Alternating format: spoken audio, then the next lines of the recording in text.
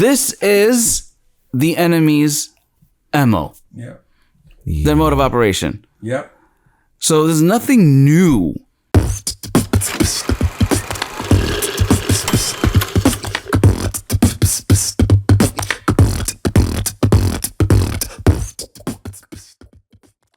Assalamu alaikum everybody, and welcome back to another episode of Real Talk Deen and Dunya. I am one of your hosts, Mustafa Talib. And I'm one of your hosts, Abdurrahman Talib. And I'm one of your hosts, Ayman Talib. And we're going to pick up our conversation in this part 2 with Uncle Mustafa.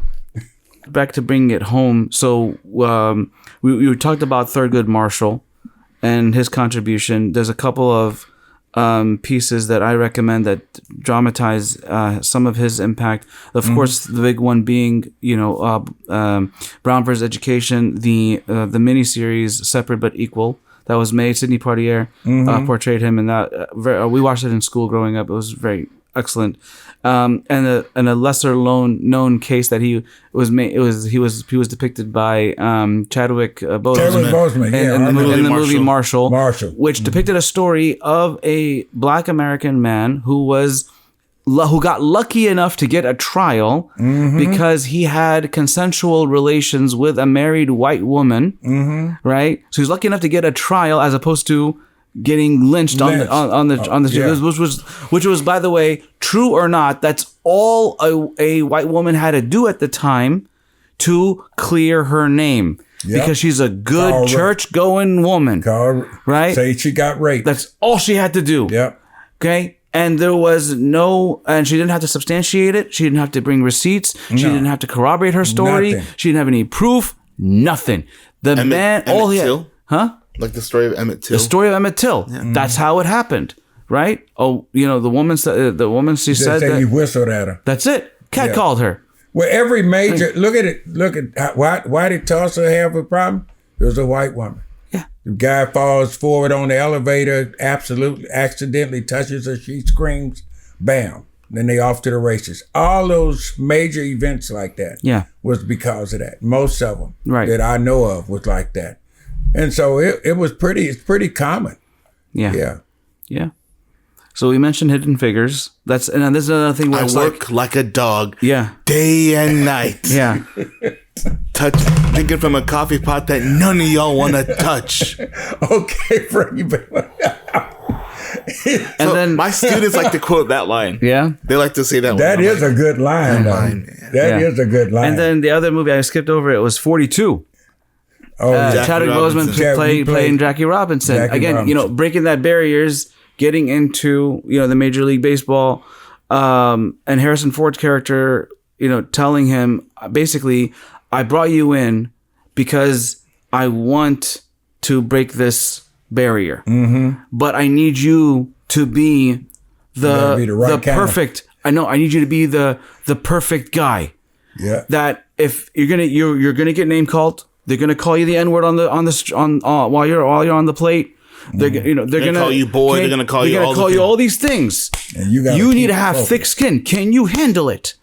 Okay, because that's the only way that this barrier is going to be broken through in this area on the baseball field, right? So all these different fronts: the economic side, the education side, whether we're talking about public school funded or higher education, the professional, the major leagues in engineering with NASA, and so we're talking about Black excellence, right?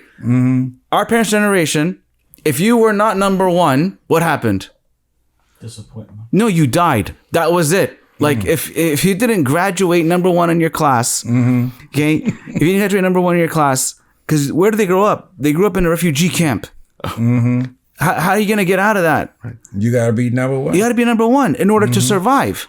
Wow. Okay, so that's why you always hear these stories of the Palestinians and these Lebanese and these Syrians and these Iraqis and these Sudanese and all these people, like the immigrant generation. Like, ask about the education background. Ask them. Yep. Ask them. They had nothing. They had to carry their chair to school. As you say, as you're mentioning this, I used to remember like talking to some of the Hamos in the community, like. So tell me about your story. Well, so I was number one in my class. And that's how literally every story was. I was number one in my class. And they're like, all these guys are number one in their class. Like, this is We got lucky in Dallas, I guess. I don't know. No, they got lucky everywhere. This is everywhere, right? So they got their degrees. So let's go. So this goes into the psychology of that generation, the immigrant generation. They want to keep their head down. Too much at risk, right? To talk about Palestine. Yes. To go out into the streets and protest. Yes. Let alone write my representatives. Yep. Let alone, don't rock the boat. We just want to keep our head down. We want to make money. We want to be successful, buy the house, get married, have children. I mean, look what happened within our own community. Yes. In the early 2000s. Yes. Right after 9/11 happened, within a few months of that. 3 months. HLF shut down, and what happened to our community? And 7 other organizations. It is one of the biggest. It's a case study.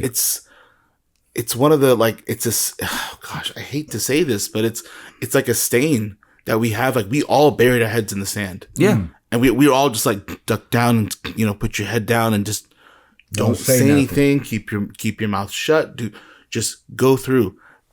We were walking around like school, and we would say like in middle school, high school, and we were white passing. For the most part, we were white passing until after like puberty, then like the hair started showing up everywhere, and the tan really came in. So now you're Latino. It's like ¿Qué pasó? It's like literally, I was either Pakistani or Mexican. One time I took a bench. I've never met a Latino named Abdul before. Yeah, right. One time I took a bench test. I remember this. It was, I think, 8th grade math, and it has, what's your demographic? Ooh, boy. And our parents put white for us. And I said, Coach, this is wrong. He said, what do you mean? I said, it says I'm white. I'm brown. Everybody started laughing because they got it. They understood, right? And that's why. Like, why? Why are we white? We're not. To this day, as an educator, there's a certain institution of education that they administer certain exams where you it's like the past tense of like sit yes, you and I, we are white. Yeah, on that paper. Yeah, because according to the government, we're white. If you are, watch this. We're not white. We don't hail from the mountains of Caucasia. The Caucasian mountains. Okay. If you are a Sudanese immigrant, oh boy, with the blackest of black skins, Ya Allah, you're white. Ya Allah, Sudan. Really? You're white in this country. You're white in this country. Why? Wow. Because Arabs and Sudanese are Arabs. Right. Through and through. It says Middle East and North Africa. Sure. But Sudan is... It is because Arab and Arab speaking. What constitutes being Arab? The language, the food, where you come from originally, right. The region where you came from. No, I'm saying so those countries, the 57 Muslim countries or whatever that number is. If you speak Arabic, then because of the landmark Supreme Court's case that Jesus, where your Lord and Savior Jesus Christ hails from these lands and he is white. That's why us Arab are white. We had that conversation there. Was the impetus for a lot of black folks leaving Christianity? Oh my God! Yeah. A lot of so we're talking about integrating or whatever. Muslims with Arabic names wanted to change, and still do, by the way, want to change their names. Mike, right? Bob, Ray is one. A lot of people use Ray. Yeah, right. So what was their name? I don't know. I thought, it might have been Rad. Okay. Then it went to Ray. Okay. And if it's Ibrahim, it's Abraham. Yeah. Which is okay. It's a biblical name. It's okay. Yeah, because it's still. But you said Bob. My son Ibrahim used to say Ibrahim. They know Abraham about it. At one point, actually, we considered, my wife and I, we considered Jibreel. Okay. But we were worried about Gabriel. Okay. Yeah. We were worried about somebody calling him Gabriel at some point or whatever, and we said, well, then you get the whole thing. Then you have the same problem with all the biblical names. Well, I messed up. My third boy is Osman. But my mother, they call him Osman. You know, All aboard! I tried to give my kids names that my family could pronounce easier. Right. And I knew Abdul Rahman, Abdul Rahim, Abdul this and that and the other, they were going to struggle. Yeah. And so you went with Uthman and you went with Khalid. Tariq, Yassin, Uthman, Abdiel. There you go. Two syllable names. There you go. And then, Muslims, Muslims from immigrant backgrounds, in case you don't know this, it's very common to find an Arabic name among black folks in this country because of the Muslim influence. Right? It's very hard to find. No. It's very commonplace. Oh, it is common. You find a black man named Khalil, right? Yeah. Why? Tariq. Yeah, Tariq is common. Malik. This is common. Yeah, it's common to find. For two reasons. Number one, Aisha. The influence. Yeah. Aisha, Khadija. Yeah. That they will take those I'm watching Living Single right now. And Queen everything y'all talk about. Queen, what's her name? Queen Latifah. That's an Arabic name. Right? Yep. Shaquille O'Neal. Yeah, Shaquille, them they actually are. They are Muslim. Yeah, Muslim. Okay, got it. Yeah, sure. But the idea is that these names are, they're part of the pool of names we're gonna pick our kids. And many families, many black families have. Tamara. What's Tamara? It's Tamra, as in date. No, it's the way we get our pronunciation changes. Yeah, that's okay. Once it becomes black, you go from Yasser to Yasir. Yeah. I don't know why we do that, but we have to change the pronunciation. It's okay. Listen, we got to add some flavor to it. Yeah, it's flavor. Yeah, we have to add the flavor to it. Let's flavor. That's why you'll find that. I remember people saying my son's name is Tariq. Yeah, and I said, "You mean Tariq?" See, it's the Ebonic flavor that comes into it. Yeah. All right. Let's go. Let's get back to it. Y'all keep getting on these movies. That's okay because these movies, they tell the story, or they're telling these stories, or an aspect of a story, or part of the story, or that are reflective of what was going on in America at the time. Yeah, and let's face it, still going on. Like, I don't have this movie on here, but A Time to Kill. Oh, that's a good movie, right? That's reflective of the time. Mississippi. Mississippi Burning. Was it Mississippi Burning?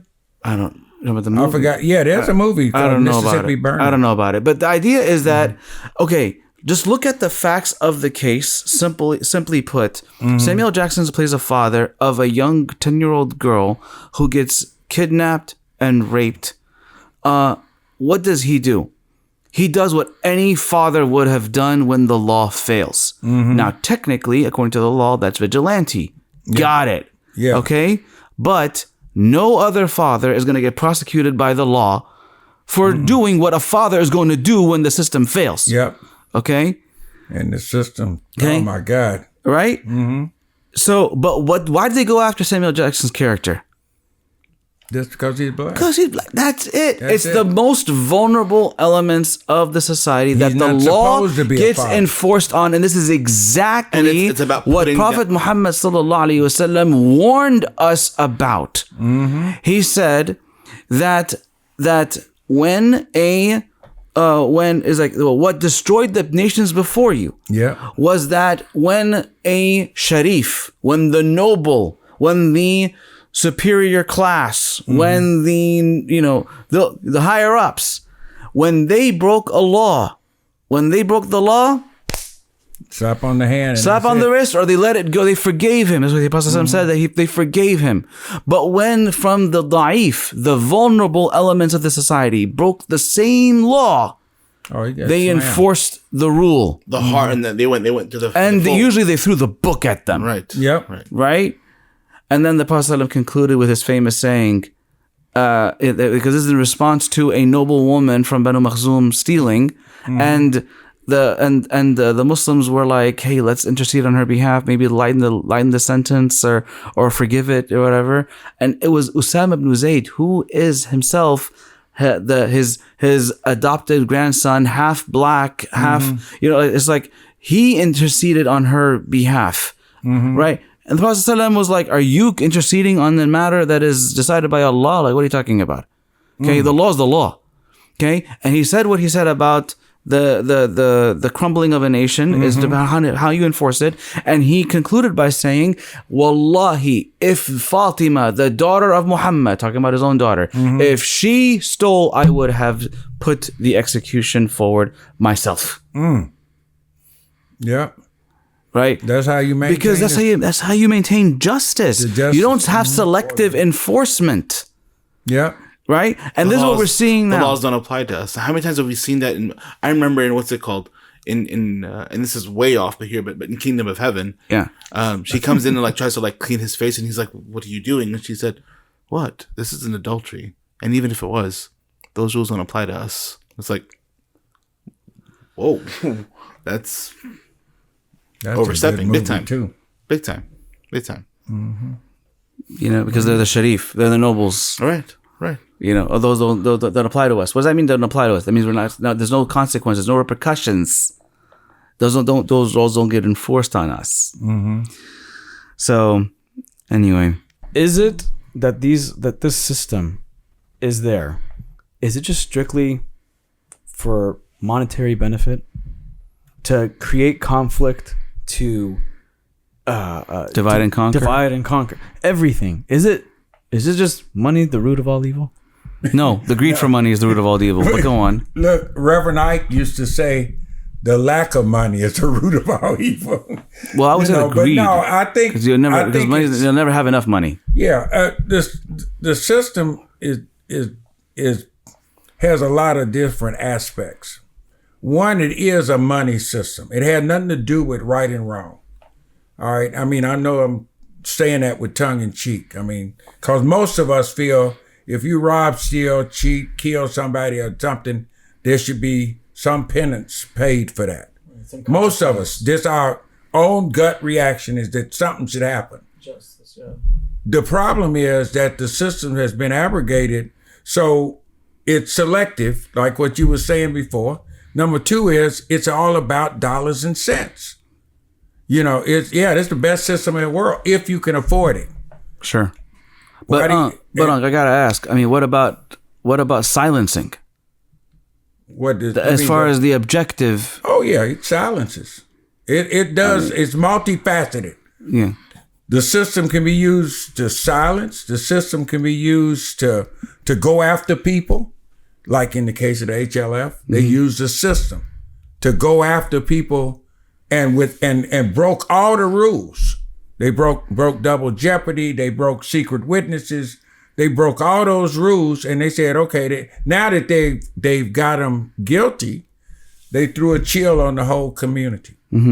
It was a chill because they let loose those names, 360 unindicted, co-conspirator names. Yeah.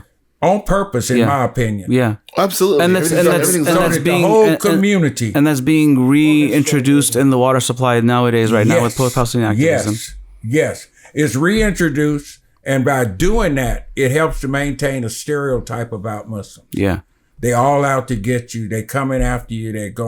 All your daughters are gonna have burqas. Your son's gonna be terrorists. Blah blah blah. This is the propaganda that they spread out, and everybody. And so the system does it makes money, number one. Yeah. It's really, it's expensive. I'm sitting here with you all right now. Somebody say, I saw Mustafa rob a bank. I got to launch a robust defense, and you all got to be my witnesses. 100%. Which doesn't mean that I'll get off. All of that. I could have the money, but because of my own persona, I may not get off. Yeah. Everybody, we all know that. Yeah. It does. It's about making money too. Yeah. It's nothing about and controlling the society, putting people in place that you want in place, and taking people out who shouldn't be there. Yeah. Right. That's what it does. Yeah. And it's been going like that for years. That's why it's so important for us to understand the underpinnings of the society. So before we close out, let's bring this home right now. So the struggle right now is the pro-Palestinian activism movement. We saw in our own community, Marwan Maruf targeted, right, because of pro-Palestinian activism. We saw Yaqub Ira targeted. He's the guy behind the camera, right? And within our own community, also Sister Liqa. Well, she's from Jersey, but it's still America. But she's still but she's being held here. And she's held here. That's what I mean. Yeah. Liqa al-Kurdi. May Allah release their chains and release them from their chains and take them back to their families safely and soundly, inshallah. But they're targeted to be silenced, right? And most recently, just 15 days ago, at the time of this recording, Sami Hamdi. Yep. Right, and alhamdulillah, just this morning, the judge heard the case, and effectively, so alhamdulillah, he's going to go home now. Going home. Alhamdulillah, but why were they targeted, and how was it played? So with Sami, he entered the country legally with a legal visa. Right, he's a citizen of the UK, as he used to say in every single talk he used to give. God save the king, right? He's like, I'm not American like you guys. I can't tell you what you do. God save the king. I'm British, whatever. Okay, and he came to this country legally. After he did an event, his visa was revoked. Right. All of a sudden, he finds out when ICE arrests him and detains him at the airport on his way to another event, which is their it's their MO. Because hold on, now this is the MO is in a second.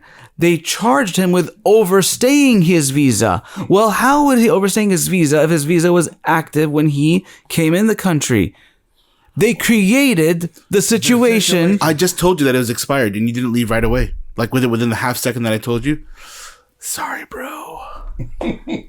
This is the enemy's MO. Yeah. Their mode of operation. Yep. So there's nothing new. Not really. Not at all. This is the tactics are new. As you said earlier, it's a different flavor of it. Yeah, just a different flavor. And it's also not just to silence that individual. Yeah. But that individual, the ripple effect on the community is an example to the rest of y'all. This what'll happen to you too if you say anything. Right. That's the purpose of it. The students that are getting doxxed and arrested and stuff, the reason, they arrested them to put a chill on the rest of y'all. Mm-hmm. If you say something, this will happen to you too. The people that are getting fired at their jobs for having put ceasefire, free Palestine, end the genocide, etc. Those lightweight issues on their social media can get them terminated.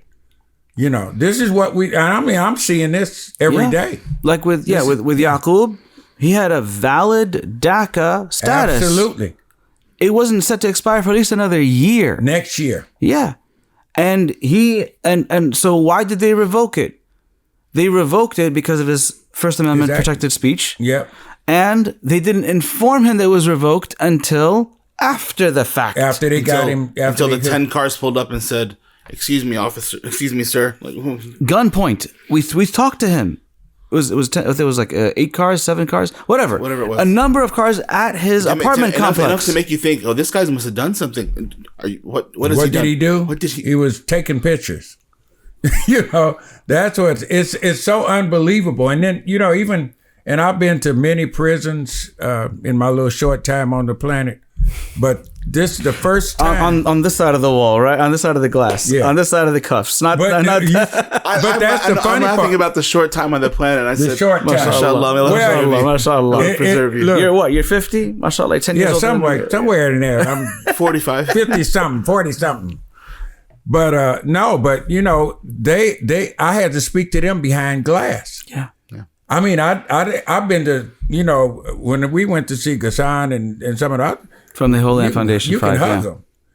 That was the difference. This group, and I don't know if it's because it's an older prison or what the reason is, but it's ominous. I mean, I've been to see all these other places where I get to shake hands. We can sit right like we're sitting right now and talk, but not them. Yeah. And so I think it's the purpose now. You look at it, everything is around Gaza. Gaza has eclipsed everything. I mean, we talk about Gaza more maybe because the amount of money that we send. But you look at the Sudan, 10 million folks dispossessed. You look at Ethiopia with 6.7. You look at the Congo. You look at India. You look at the Uyghurs in China.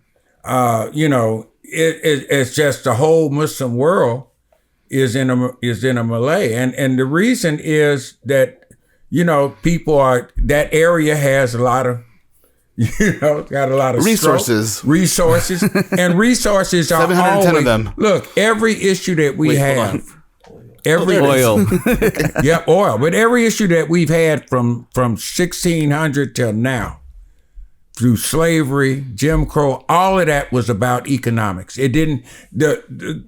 What I tell people is racism is just a vehicle. Yeah, racism and all that other stuff is the vehicle to take you from point A to point B. It's not the real deal. The real deal is the resources. The real deal is who's going to be over it, who's going to run it, who's going to get the best of it, what that type of stuff. And that's why it's so hard to fight it. Because if they weren't getting rewarded for it, we wouldn't be we wouldn't have a struggle. But if we don't fight it, then things are going to change. Things will stay exactly the same. We have to fight it. We have to fight. We have to fight it. We have to do. And Muslims who don't want to vote and stuff like that, that's a problem.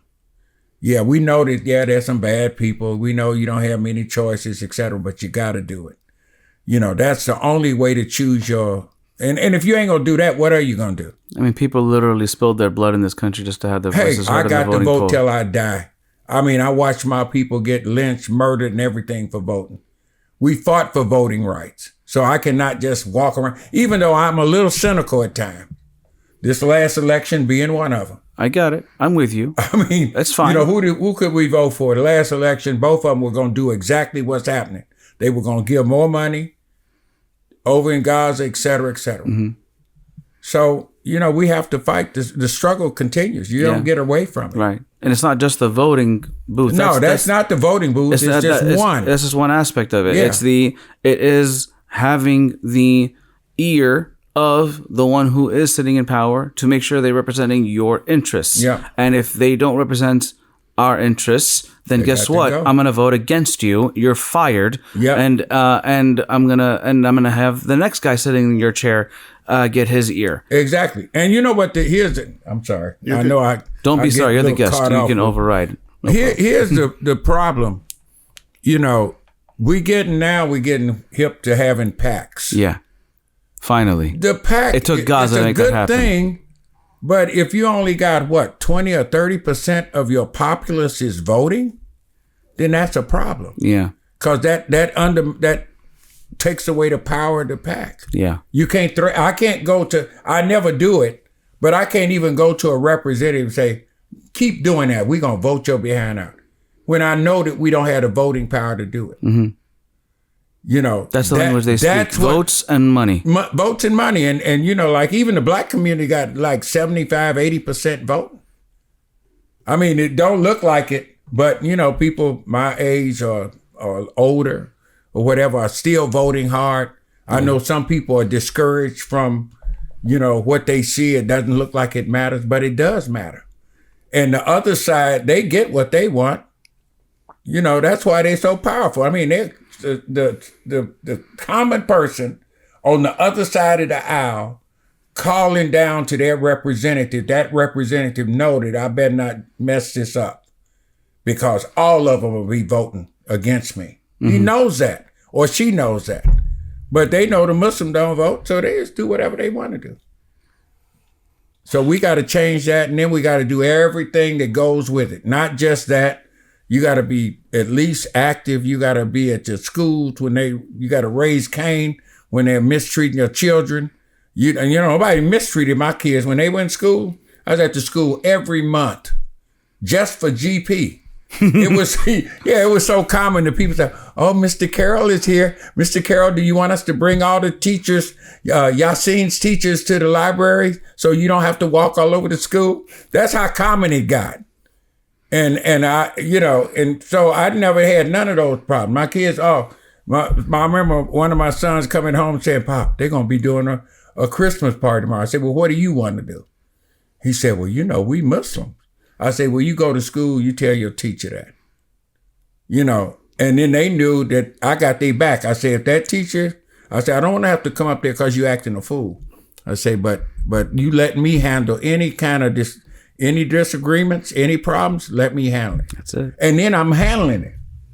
So we gotta be kind of gangsterish. We gotta be gangsters. You gotta go, I wish somebody would mess with my kid. And I think you have to be a little less reverent towards these folks. You can't be kissing up to them thinking that you're going to get something. You're not going to get it. They only respect power. They only respect you. So they don't respect being nice. No. Well, it's okay to be nice. It's okay to be nice, but they don't respect it. Especially when they there's can walk a saying here in the States, they say, you just walk tall and carry a big stick. You don't have to be ugly, but they know that if you mess with them, you mess with my child, it's on. It's on like Tyrone. I actually just quoted you in the previous episode saying, you don't have to like me, but you will respect me. There you go. Right? Subhanallah. And with that, we're going to go ahead and end this episode. I hope y'all enjoyed it. If y'all did, give it a thumbs up. And don't forget to subscribe. Make sure you hit that post notification down below. I am one of your hosts, Mustafa Talib. I'm one of your hosts, Abdurrahman Talib. And I'm one of your hosts, Ayman Talib. And again, I'm going to reiterate. Don't forget, free Palestine, free HLF 5, free Marwan, free Yaqub, and free all the political prisoners. Free Sudan. Free Sudan. Free Congo. Free the Congo. Somalia. Free the Uyghurs. Free everybody. Free Somalia. Anybody else we missed? And with Free that, Egypt. Assalamu alaikum. Wa alaikum salam.